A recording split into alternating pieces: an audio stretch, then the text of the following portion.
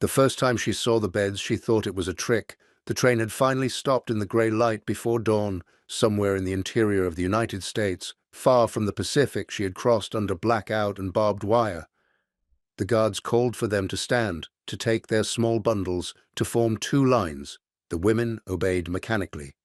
After weeks in assembly centers and transit camps, obedience had become muscle memory. Preparing and narrating this type of story took us long efforts and hard work. So if you are enjoying the story, please consider subscribing to our channel. When the doors rolled open, cold air rushed in. The platform was lit by hard electric bulbs that buzzed faintly. Beyond them, she could see only dark shapes of pine trees and low wooden buildings. An American officer in a wool coat consulted a clipboard, then spoke in slow, careful English. The interpreter repeated it in accented Japanese. "Women's barrack.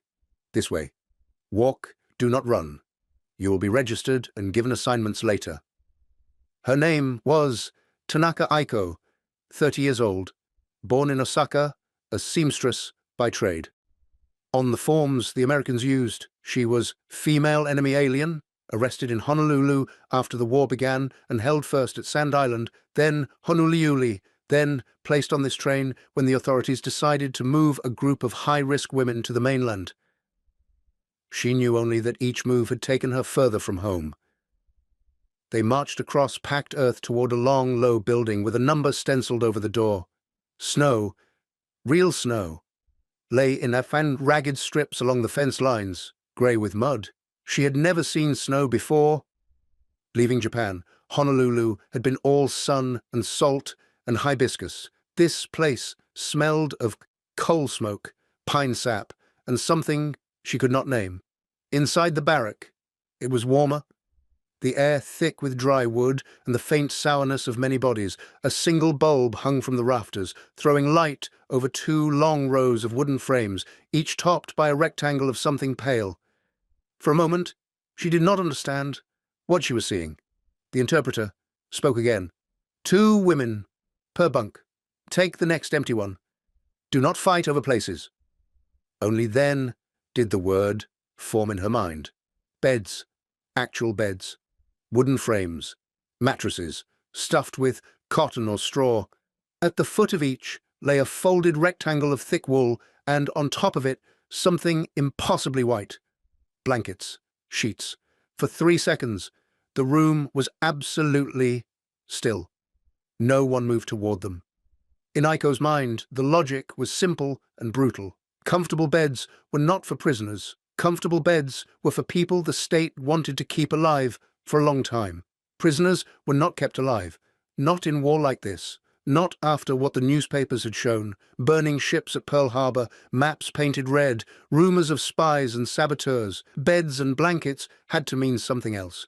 If you're enjoying this deep dive into the story, hit the subscribe button and let us know in the comments from where in the world you are watching from today. The woman next to her, a thin Nisei from California, whose English was better than her Japanese, whispered without moving her lips. "This doesn't make sense." Aiko said nothing. Her hands tightened around the handle of the small canvas bag she had carried from camp to camp, the one that held all that was left of her old life.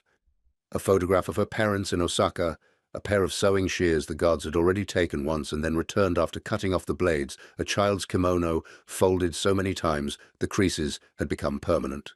An American matron in a heavy cardigan stepped forward. Her hair was pinned back severely, but her face was not hard. She spoke in quick English to the interpreter. "Tell them this is their barrack. Tell them these are their beds. They will have blankets, sheets, pillows. They will not sleep on the floor here." The interpreter hesitated, then translated. Murmurs rippled through the room. A few women laughed, quick and sharp, the way people laugh at a cruel joke. One older Issei clasped her hands together and began murmuring a sutra under her breath, as if invoking protection against a trick. Aiko waited for the second line. The condition. The if. If you behave, you may use them. If you confess, you may rest. If you sign this paper, if you tell us names, if you admit you were spies. But no such words came. Instead, the matron pointed with her pencil at the nearest empty bunk. You and you. Here, the interpreter relayed. The Nisei woman beside Aiko swallowed hard. I guess that's us. They walked slowly down the narrow aisle, past faces hollowed by months of uncertainty.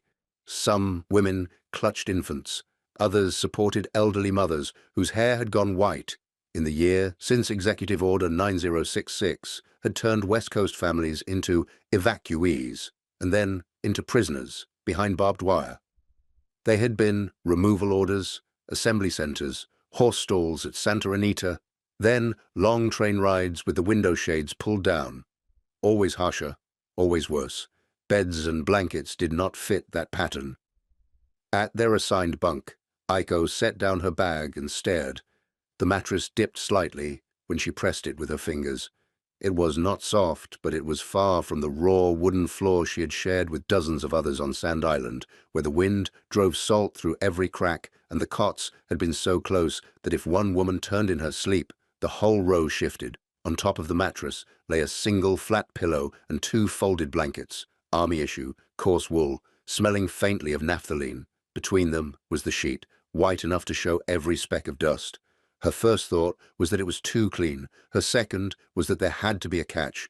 Behind her, someone spoke in a hoarse whisper. They are fattening us up. The voice belonged to a woman from Kauai, a fisherman's wife, who had been arrested with her husband in the first weeks after the attack on Pearl Harbor.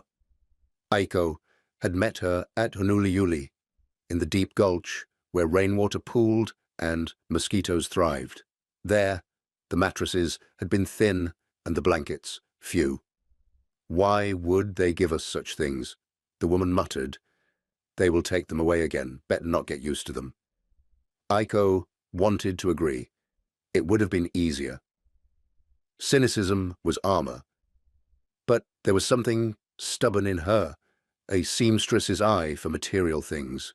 She could see the weight of the wool, the even stitching along the edges, the standardized width of each mattress. These were not props for an interrogation. They were inventory, ordered months ago by some logistics officer who had never seen the women who would sleep on them.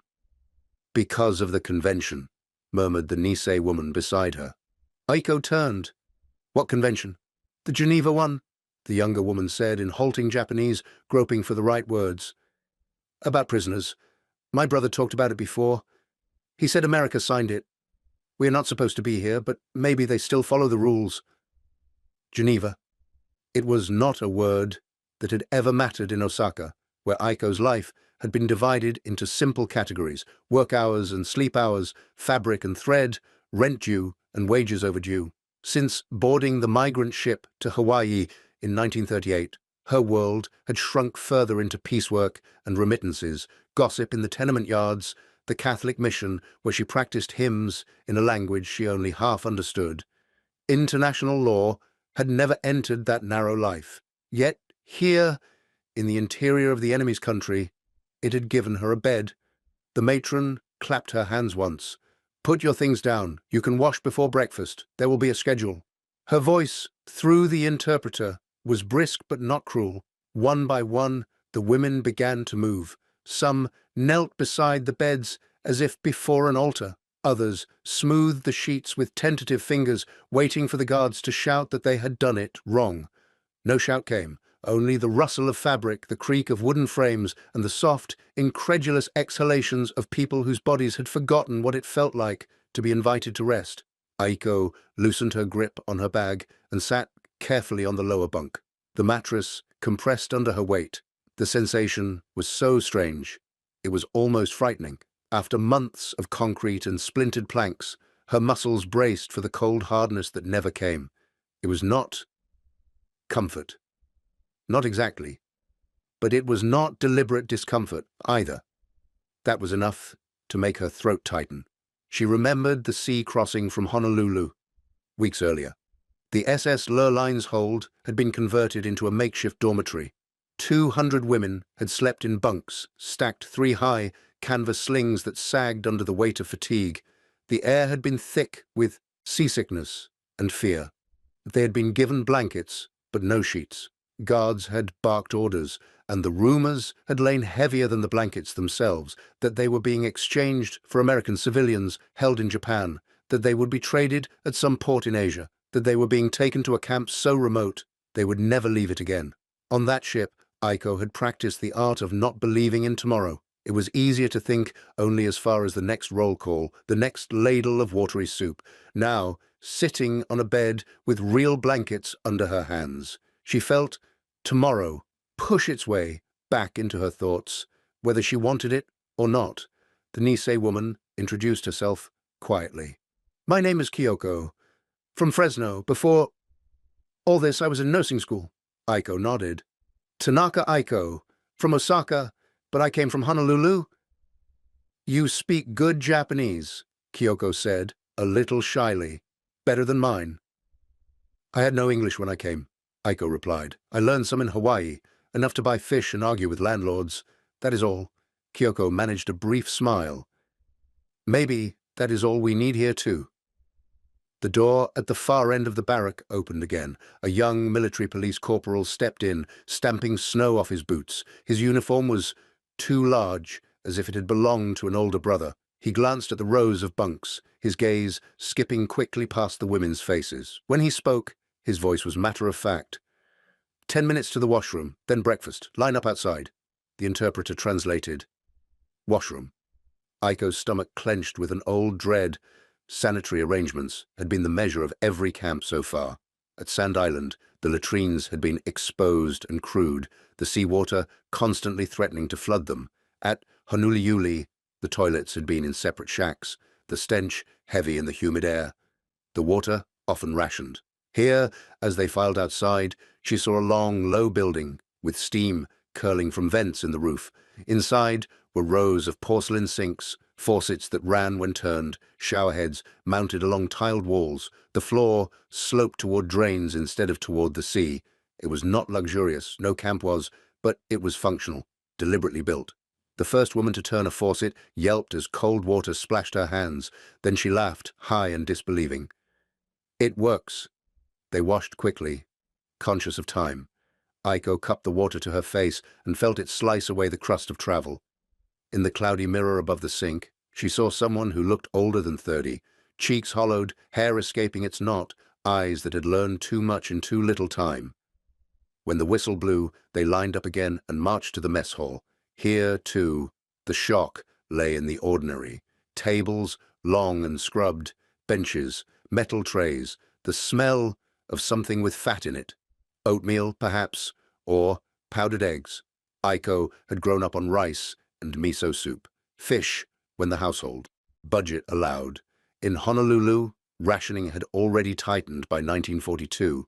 In the camps, food had become less about taste and more about calories. How many? How often? How predictable? Now she stood in line behind Kyoko, watching as each woman received a scoop of something pale and steaming, a slice of bread, a mug of coffee weakened to the color of tea. None of it looked appetizing. All of it looked miraculous. When it was her turn, the cook, an older civilian woman with forearms like ham hocks, paused briefly, sizing her up. "You all right, honey?" she asked in English. Aiko blinked, caught off guard by the endearment. She nodded. "Yes." The cook loaded her tray. "Eat what you can. It's not fancy, but it'll stick to your ribs." At the table, the women ate in near silence. A few tried to make the sign of the cross before lifting their spoons. Others muttered Buddhist prayers. The line between gratitude and suspicion ran down the center of the hall like another table. "You see," Kyoko whispered between bites. "Real food, real beds. Maybe my brother was right. Maybe Americans like rules more than they like hate." Aiko chewed her bread, slowly. It was coarse and slightly stale, but it had weight. The coffee was bitter and thin, but it was hot. "This does not feel like mercy," she said at last. "It feels like procedure." Kyoko tilted her head. "Is that worse?" "I do not know," Aiko admitted.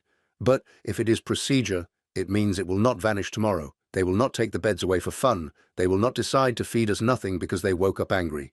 It was a strange kind of comfort. to trust not in kindness but in bureaucracy. Outside, the snow was beginning to melt, leaving the camp in a smear of mud and ice. The fence posts cast long shadows, guard towers punctuated the horizon like exclamation points. Beyond them, the interior of the continent stretched on, fields and small towns, places Aiko would never see except as names on the mail sacks that came through the gate. After breakfast, they were mustered again for roll call. A sergeant read out numbers. The interpreter translated them into names. Each woman answered with a small bow or a raised hand. It was a ritual of control, but it had its own rhythm, like the assembly lines in the Honolulu cannery where Aiko had briefly worked before the war. When the sergeant finished, the camp director himself addressed them. He was a tall man, middle-aged, his hair thinning at the temples. The interpreter stood stiffly at his shoulder. "You are civilian internees of the United States government," the director said. "You will be held here for the duration of the war. You are not prisoners of war in the army sense, but we will follow the spirit of the Geneva Convention in our treatment of you." The interpreter hesitated at the phrase, "spirit of the Geneva Convention," then did his best to render it. "You will have beds, blankets, food, medical care. You will be assigned work inside the camp. You will not be mistreated if you obey camp regulations. If you try to escape, you will be punished. If you attack guards or other internees, you will be punished. But no one here will be hurt without cause." The words fell into the cold air and hung there. For Aiko, the crucial sentence was not about punishment. It was the line about beds and blankets, repeated now in an official voice. "You will have beds." The fact that the director felt compelled to say it told her he understood how unlikely it seemed. Her mind flitted briefly to Osaka, to the narrow tenement where she had grown up. Her parents had never had much, but they'd always had bedding, futons folded into cupboards by day, shaken out at night. In Hawaii, she had slept on a thin mattress on the floor of a boarding house room that smelled of fish and kerosene. She had never thought of rest as something that could be given or withheld by a government. Now, her status in the eyes of the state, a file in some cabinet in Washington, a line item in a War Department budget, had dictated whether she slept on concrete or on a mattress. The absurdity of it was almost as heavy as the blanket she would pull up over her shoulders that night. In the weeks that followed, the beds became more than furniture. They became a measure of how fully her old world had inverted. At first, some women refused to use the blankets. They lay stiff on top of them, fully dressed as if expecting to be ordered up again at any moment. Others folded the sheets away, afraid to soil something so white. Aiko watched as the matron, hands on hips, scolded them gently through the interpreter. "That's what they're for," the matron insisted. "They go under you and over you. You don't save them for later. There is no later you can carry in a suitcase." The phrase lodged in Aiko's mind. There is no later you can carry. In Osaka, later had meant savings, a hidden envelope of yen, a child's education fund, an extra kimono carefully wrapped against moths. In Honolulu, it had meant citizenship papers, the dreamed-of day when her status would no longer be resident alien, but something more secure. The war had stripped all of that away, leaving only the present tense and the inventory of what could be counted: calories, blankets, inches of mattress between body and floor. At night, lying on the lower bunk while Kyoko breathed softly above her, Aiko would listen to the sounds of the barrack, the creak of wood, the shifting of blankets, the occasional muffled sob, quickly stifled. Somewhere down the row, a baby would fuss and then settle. From outside came the crunch of boots on gravel, the distant murmur of a guard's voice. She would run her fingers along the edge of the blanket and think of the chain of hands that had made it, the workers in some factory in the Midwest, the quartermaster who had stamped a form, the truck drivers who had delivered bales of wool to this place. None of them had thought of her when they did their work. Yet here she was, warmed by the consequence. That was the strangest irony of all. Her own government had seen her as disposable the moment she left Japan, an emigrant to a colony, then a resident in a foreign land. The empire's reach had extended far enough to claim her loyalty, but not far enough to protect her from arrest. In the propaganda she knew had been printed since 1941, Americans were barbarians, soft and decadent, yet capable of unspeakable cruelty. And yet, when she had been taken from her home and her job, when she had been loaded onto boats and trains, it was the American state, not out of love, not even out of remorse, but out of adherence to its own rules, that had given her a bed, a blanket, and a predictable ration. This did not erase the injustice of her incarceration. It did not lift the weight of being labeled enemy by the country where she had lived and worked in peace for years. It did not lessen the ache for Osaka, for parents whose letters now came less often, censored and delayed. But it complicated everything. The world, she realized, was no longer divided cleanly into victim and villain, barbarian and civilized. There were governments and regulations, commanders and clerks, prejudices and principles jostling against one another in the same cramped space. The beds were proof of that. Preparing and narrating this type of story took us long efforts and hard work. So, if you are enjoying the story, please consider subscribing to our channel. And as the months went on, through winter into a muddy spring, through rumors of battles in places with names like Guadalcanal, Tarawa, Saipan, those beds would become the stage on which the real transformation played out, not in the barracks architecture, but in the minds of the women who slept there, trying to understand how an enemy could follow rules their own country had ignored. It was in that narrow gap between expectation and reality, between fear of cruelty and the experience of regulated decency, that the first cracks appeared in the belief system Aiko had carried across the ocean. She would not have put it in such words then. She would only have said, lying awake with one hand under her cheek and the other resting on the rough wool of the blanket, that nothing was as simple as it had seemed when the war began. And that was far more unsettling than any bare concrete floor. The first true test of that realization came not from the guards, but from paper. 3 weeks after their arrival, the barrack clerk read out a new notice. There would be a registration. Every internee would have to fill out a form with dozens of questions: name, age, birthplace, education, occupation, religious affiliation, and then, toward the end, 2 questions that carried more weight than all the rest. Question 27. Are you willing to serve in the armed forces of the United States on combat duty, wherever ordered? Question 28. Will you swear unqualified allegiance to the United States of America and faithfully defend it from any attack by foreign or domestic forces, and forswear any form of allegiance or obedience to the Japanese emperor or any other foreign government, power, or organization? The men in the adjoining barracks had been arguing about these questions for days. Rumors seeped through the mess hall like steam. That a yes answer would mark you as loyal and perhaps speed your release. That a no answer would condemn you as disloyal and send you to a harsher camp. That any combination would be twisted against you. For the women, the stakes were less clear, but no less heavy. Many were not citizens. Some, like Aiko, had never had U.S. nationality to begin with. Others were Nisei, born on American soil, but raised in households that had taught them to bow before a photograph of the emperor. The registration officers set up in the recreation hall. Internees were called by family number. When Aiko's group filed in, a Caucasian man in a suit sat behind a table, a pen ready. Beside him, a young Japanese-American clerk shuffled papers. Name? The officer asked. Tanaka. Aiko, she replied through the interpreter. Age, birthplace, year of immigration, previous occupation. The questions came in an even rhythm. Aiko answered mechanically, as if reciting multiplication tables. It felt less like a conversation than like being measured. Then the clerk slid the form toward her and pointed to the bottom.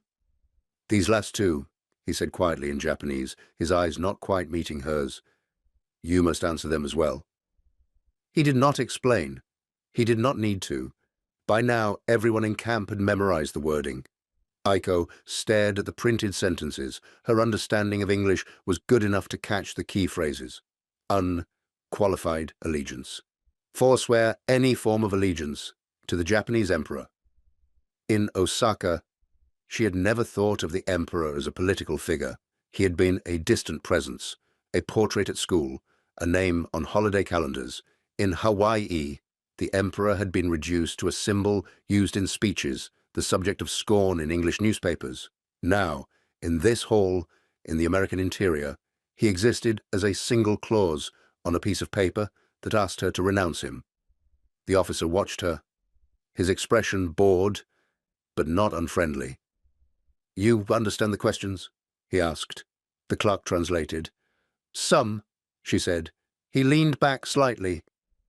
If you have questions, you may ask. No one is forcing you to answer in any particular way, but you must answer. No one is forcing you, but you must.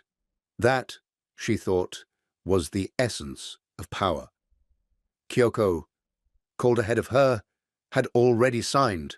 Aiko could see the small tremor in her hand as she held the pen. Later, in the barrack, the arguments would flare. What does it mean to renounce him? One woman demanded. We are not citizens here. They already took everything. Now they want our souls. I never pledged allegiance to him in the first place, Kyoko muttered. Why should I cling to it now? I was born in California. The emperor is a picture in my parents' parlor, nothing more. For you, an older Issei snapped. For us, he is the one we were told to die for. The beds creaked as women leaned forward, their blankets pooling around their waists. Outside, the wind drove sleet against the barrack walls. Inside, the temperature rose with each exchange. And did he die for you? Another asked softly. When they took you from your house, when they pulled your son from school, where was he then? Silence. Aiko said nothing. She lay on her bunk and stared at the underside of Kyoko's mattress. It sagged a little in the middle, a familiar curve. The paper she had signed that afternoon lay folded in the pocket of her jacket. She had answered no to the question about military service. She was 30, with a seamstress's damaged eyesight and no training in arms. The idea of combat duty, wherever ordered, was as remote as the possibility of flying. But to the second question, she had written yes. Yes, she would swear allegiance here. Yes, she would forswear allegiance there. The words had felt like cutting a thread that might already have been broken. Her parents were still in Osaka. Their letters, when they arrived at all, were full of hints and omissions. She could read between the lines. Shortages, air raids, fear of informers. They had not written of the emperor in years. They wrote of neighbors taken in the night, of houses flattened, of rice stretched with millet and then with acorns. Whatever bond had once tied her to that distant figure on the chrysanthemum throne had been frayed by distance and then by war. Now, in this place, that bond had become a liability. On paper, at least, she had let it go. What unsettled her was not the act itself, but how strangely easy it had been. A few strokes of ink, a signature, a checkbox. Whatever loyalty meant now, it did not reside in ceremonies or oaths. It existed in smaller things, in how she shared her blankets when someone shivered, in whether she used her English to translate for older women who had none, in how she chose to see the guards purely as jailers or also as men exhausted by their own orders. The beds, again, came to stand for that new calculation. One night, a woman at the far end of the barrack fell ill. She had been coughing for days, but had insisted it was nothing. That evening, her breathing turned ragged, her skin burning with fever. The matron called the camp doctor. He arrived with a stethoscope and a small leather bag, his uniform rumpled. A pneumonia, he said, after listening to the woman's lungs. We'll move her to the infirmary. They brought a stretcher. As they lifted her, her hand tightened on the blanket. Please, she whispered in Japanese, don't take it, I will be cold. The interpreter relayed the words. The doctor frowned. "She can have another in the infirmary," he said. The woman's grip did not loosen. Months of scarcity had taught her that anything taken away might never return. The blanket was not just wool, it was security. Aiko watched the small struggle and felt something constrict in her chest. Without fully deciding to, she climbed down from her bunk, stepped forward, and folded her own blanket into a neat square. "She can take mine," she said in English. The doctor looked at her, surprised. "You sure?" "Yes." He nodded once. "All right, she can keep hers. You'll get another from supply tomorrow." She did. The next morning there was a fresh blanket at the foot of her bed, the wool still stiff from storage. It was not an act of special kindness, it was a line in a ledger. One blanket issued, one replaced. But the memory that stayed with her was not the replacement. It was the look on the sick woman's face as she was carried out, clutching her blanket like a lifeline. That night, curled under the new wool, Aiko understood something she had only half grasped before. The Americans did not give beds and blankets because they loved their prisoners. They gave them because they had written into their own laws that prisoners, even enemy aliens, were to be housed and fed to a certain minimum standard. They believed enough in their procedures that they followed them, even for people they feared and distrusted. In that gap between fear and procedure, life could continue. The irony was sharp. Her own country had claimed a higher moral purpose, a holy war for Asia's liberation, yet it had not signed the same convention. It had marched prisoners until they collapsed on tropical roads, had starved them in caves, had treated surrender as a stain that could never be washed out. Here, in the heart of the enemy's land, she and women like her were sleeping on mattresses. It did not make anyone innocent. It did not balance the ledger of wrongs, but it redrew the lines in her mind.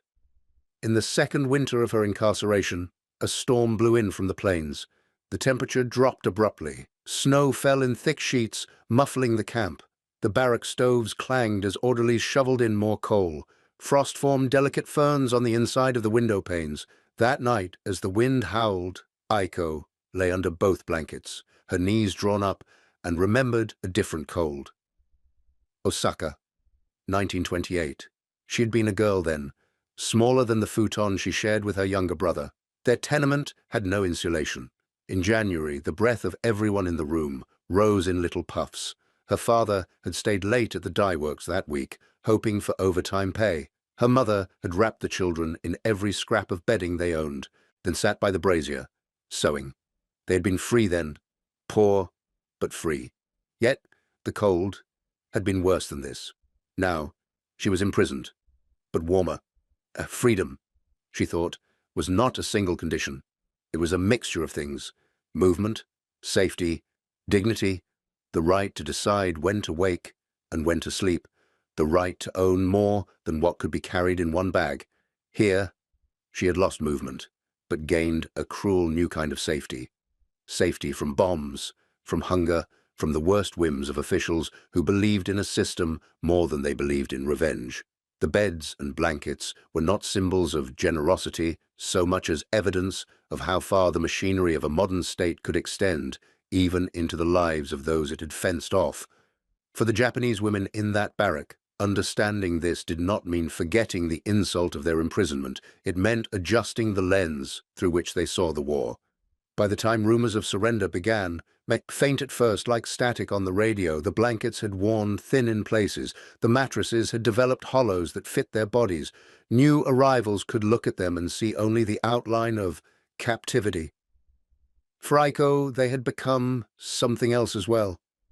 The stage on which her own beliefs had shifted. She had arrived certain that Americans would treat her with cruelty, because that was what all the stories said. She had expected bare floors, starvation, casual violence. She had prepared herself to hate them for it.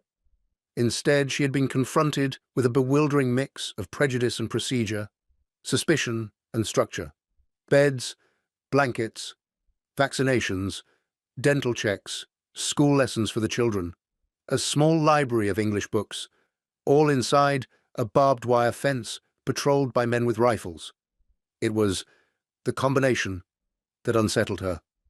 If the enemy had behaved like a caricature, She could have dismissed them. Instead, they behaved like human beings, obeying a set of rules that sometimes restrained their worst impulses and sometimes did not. In the quiet hours before dawn, when the barrack smelled of sleep and coal dust, she would trace the seams of her blanket with one finger and think of all the other women she had known. The neighbor in Osaka, whose husband had gone to Manchuria and never returned. The Hawaiian auntie who had sent her bundles of rice during the first months of internment. The Nisei mothers here who rocked their babies to sleep under foreign wool. Whatever else the war had done, it had turned their lives into a kind of ledger in which every entry had a double side. Loss and survival, humiliation and small mercies. The beds were an entry like that. On paper, they were a line item in a camp budget. In memory, they became proof that even in a system built on fear, someone had insisted that human bodies deserved more than a patch of concrete. Years later, long after the war ended and the camps were dismantled, historians would sift through government files, camp blueprints, requisition orders. They would tally caloric intakes, floor space per internee, the quality of medical care. They would write of conditions and standards, of how some facilities had improved over time, while others had not. Aiko would measure it differently. For her, the story of those years could be told from the height of a wooden bunk and the weight of 2 army blankets, from the way her heart had refused to believe, that first morning, that the bed was really for her, from the slow, reluctant trust that grew with every unbroken night. Preparing and narrating this type of story took us long efforts and hard work. So, if you are enjoying the story, please consider subscribing to our channel.